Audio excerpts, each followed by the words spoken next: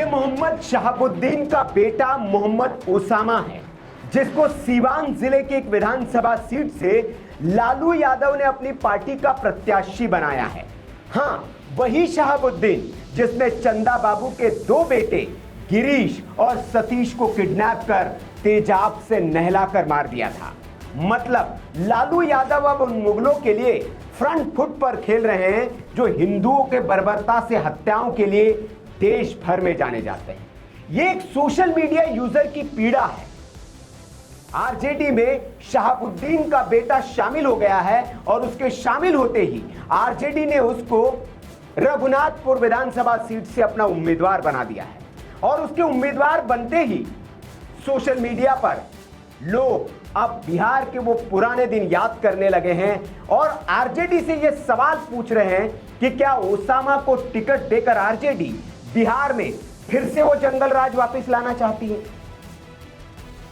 आपको बता दें या ये याद होना चाहिए कि सिवान के चंदा बाबू के जो दो जवान बेटे थे, उनको दुर्दांत अपराधी और सांसद शहाबुद्दीन के सामने एसिड से नहलाया गया था और धीरे धीरे वे दोनों भाई चीखते चिल्लाते गलते मांस के लोथड़ों में तब्दील हो गए थे।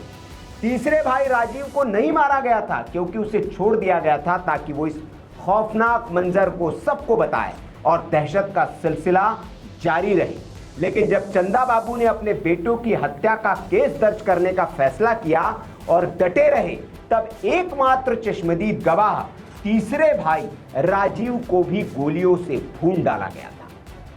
यह उस बिहार की तस्वीर है जिस बिहार में कभी जंगलराज का पर्याय जिस बिहार को माना जाता था। और क्या यह राजनीतिक संरक्षण के बिना संभव हो सकता था?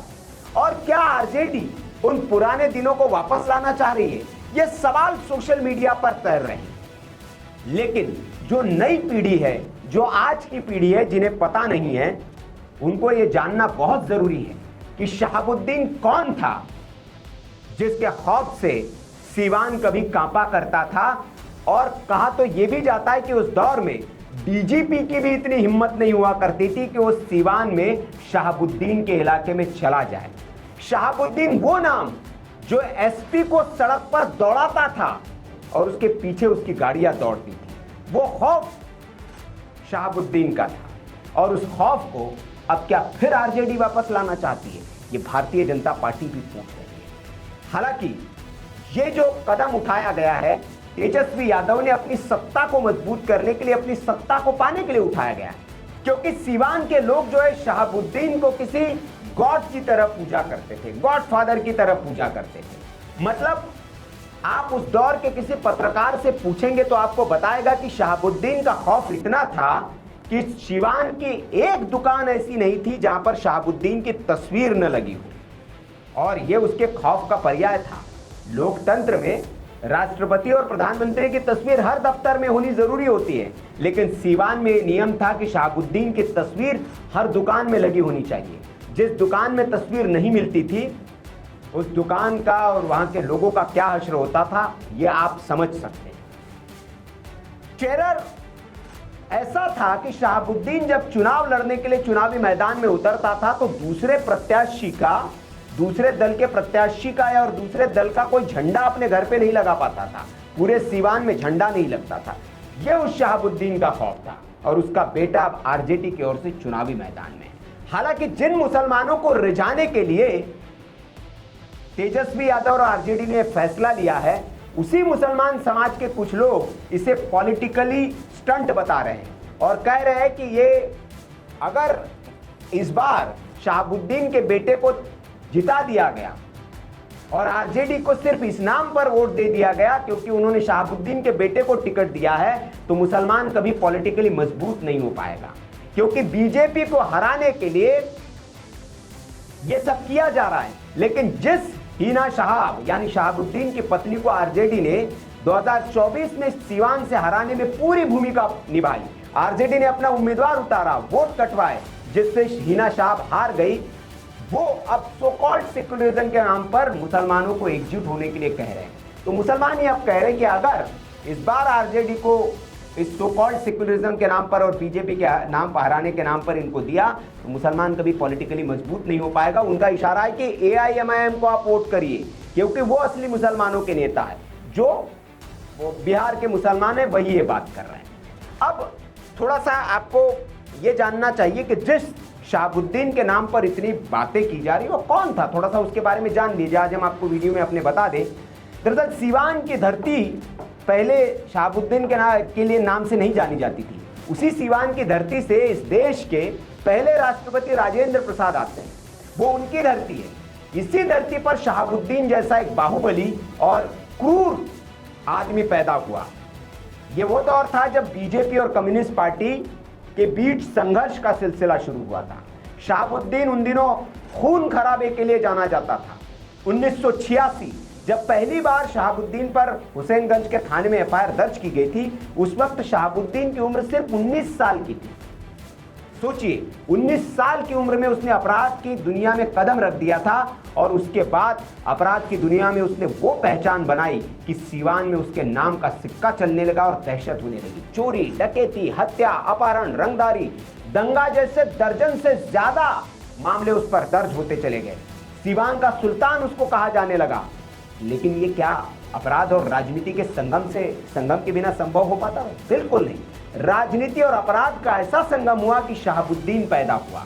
और आज जब देश भर में लोकतंत्र का महोत्सव मनाया जाता है, अभी बिहार में लोकतंत्र का महोत्सव मनाया जा रहा है, तो भले ही शहाबुद्दीन का नाम कहीं दूर दूर तक नहीं सुनाई पड़ रहा है, लेकिन एक वक्त था जब सीवान में उसकी तूती बोलती थी। खूंखार डॉन, बाहुबली, राजनेता, उसका इतना खौफ था कि जेल में बताते हैं कि DGP की कुर्सी पे वो बैठता था।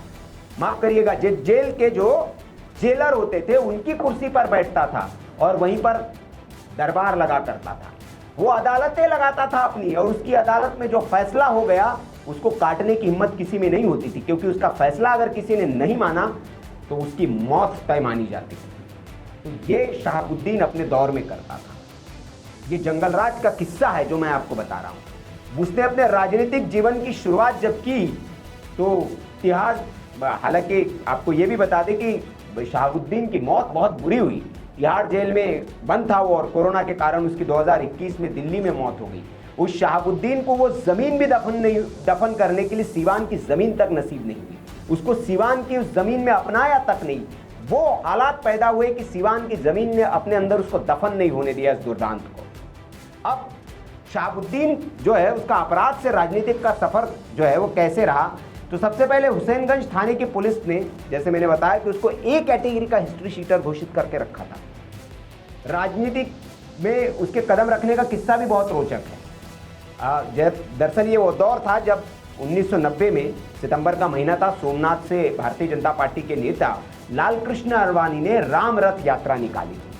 अक्टूबर 1990 में जब ये उसके आसपास बिहार पहुंची तो लालू प्रसाद यादव ने समस्तीपुर में आडवाणी जी को गिरफ्तार करवा दिया था। यही वो साल था जब शहाबुद्दीन ने निर्दलीय के तौर पर चुनाव लड़ा, और जो ध्रुवीकरण उस वक्त था हिंदू मुसलमान के बीच, उसमें उन्होंने अपनी राजनीतिक रोटियां सेकी और पहली जीत हासिल कर। उस वक्त शहाबुद्दीन का चुनाव चिन्ह शेर था। बेहद कम उम्र में उन्होंने जेल से पहला चुनाव लड़ा था। यह आप हैरान हो जाएंगे जानकर कि उस वक्त शहाबुद्दीन की उम्र बेहद कम थी और वो जेल में बंद था। जेल में ही समर्थक ने उसे चुनाव लड़ने के लिए कहा था कि भैया लड़ लो। शहाबुद्दीन ने उसी जीरादेई सीट से पर्चा दाखिल कर दिया जहां के रहने वाले देश के पहले राष्ट्रपति राजेंद्र प्रसाद थे। और ये चुनाव कैसे जीता था शहाबुद्दीन ने, ये जानेंगे। तो आज आरजेडी ने उनके बेटे को टिकट दी है, उनको शर्म आएगी। क्या चुनाव जीतने के लिए ऐसा कराना चाहते हैं? बीबीसी के साथ एक बीबीसी ने इंटरव्यू किया था, आपको मिल जाएगा। शहाबुद्दीन का जो प्रचार करने वाला नन्हे था, उसने इस इंटरव्यू में खुलासा किया था कि चुनाव के दौरान हमने सीवान में दंगे करा दिए थे ताकि ध्रुवीकरण हम कर पाए, और उसके वजह से हमने चुनाव जीत लिया था। और कितने वोटों से चुनाव जीता था? 378 वोटों से। हराया किसको था? कांग्रेस के विधायक रिटायर कैप्टन त्रिभुवन सिंह को। और जब विधायक ने चुनाव लड़ने की बात की तब एक और वजह बताई जाती थी कि 1985 में रिटायर कैप्टन जब डॉक्टर त्रिभुवन नारायण सिंह थे, जीरादेई से कांग्रेस के टिकट पर विधायक बने थे, तब किसी मामले में शहाबुद्दीन को विधायक से पैरवी करवाने की जरूरत पड़ी तो ईमानदार छवि वाले कैप्टन त्रिभुवन सिंह ने साफ मना कर दिया था। खुद विधायक से मिलने गए शहाबुद्दीन से उन्होंने कहा था कि बदमाशों, अपराधियों की पैरवी नहीं करेंगे।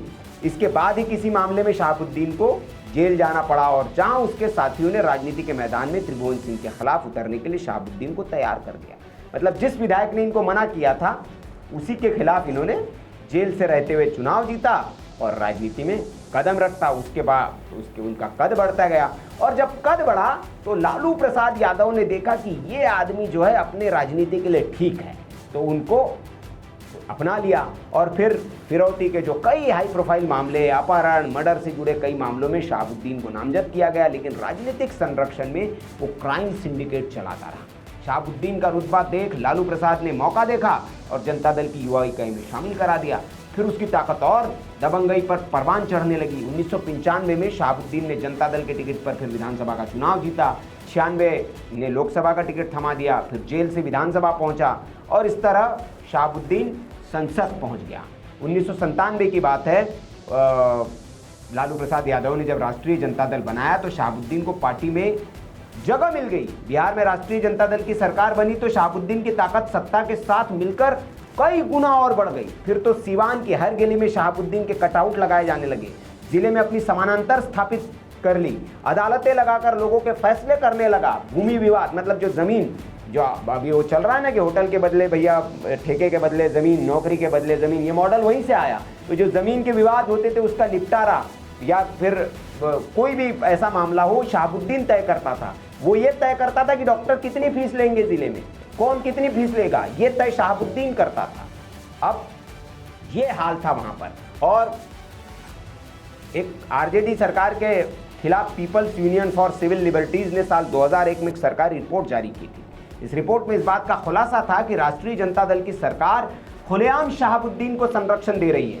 पुलिस उसकी आपराधिक गतिविधियों के सामने तमाशबीन बनी रहती है और उसके डर से न तो एफआईआर होती है और न कोई कार्रवाई की जाती है। ये रिपोर्ट थी एक संस्था की 2001 में। शहाबुद्दीन का इतना आतंक और खौफ था कि सीवान में कोई भी उसके खिलाफ गवाही तक देने से खौफ खाता था। जिनमें शहाबुद्दीन को अभियुक्त बनाया जाता था वो अदालत तक मामले पहुंचते थे लेकिन साबित नहीं हो पाते। हद तो तब हो गई जब शहाबुद्दीन पर सत्ता का इतना नशा चढ़ गया कि उसने अधिकारियों के साथ मनमानी शुरू कर दी।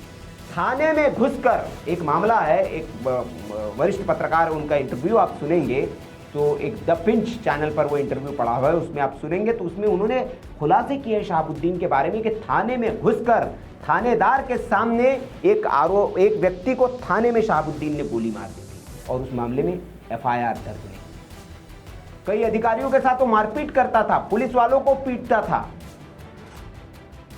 मतलब एक किस्सा याद आता है जब आरजेडी के जो स्थानीय अध्यक्ष थे वहां के मनोज कुमार पप्पू, उनके खिलाफ 2001 में पुलिस एक वारंट लेकर पहुंची थी।